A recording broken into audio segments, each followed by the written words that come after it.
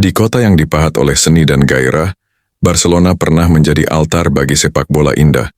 Tapi setelah era emas Guardiola, kejayaan itu perlahan memudar, tergerus oleh krisis finansial, gejolak ruang ganti, dan pergantian pelatih yang tak henti. Namun musim ini ada sesuatu yang berbeda. Barcelona tidak hanya kembali, mereka bangkit. Dan di balik semua itu ada satu nama asing, satu arsitek yang tenang namun tegas, Hansi Flick.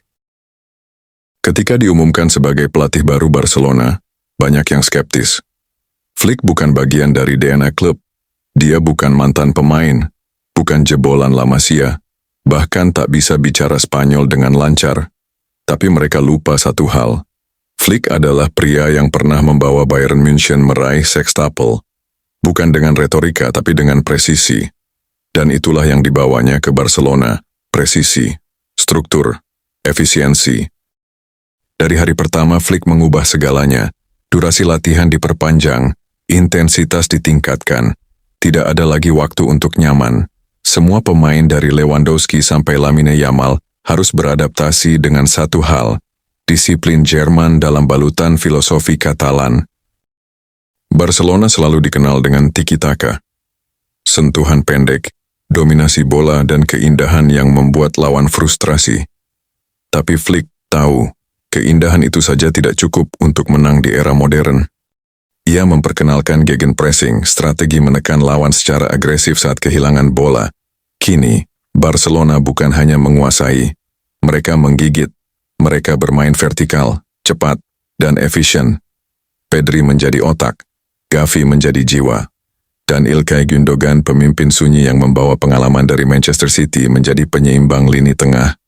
Namun keberhasilan Flick bukan hanya soal taktik. Ia memoles bakat muda Barcelona menjadi berlian. Lamine Yamal, bocah 16 tahun yang tak gentar melawan bek berpengalaman.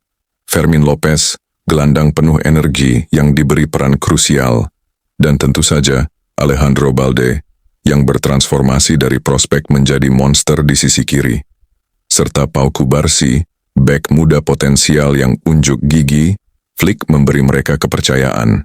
Tapi lebih dari itu, ia memberi mereka tanggung jawab. 3 hal menjadi pilar juara Barcelona musim ini. Pertama, stabilitas mental.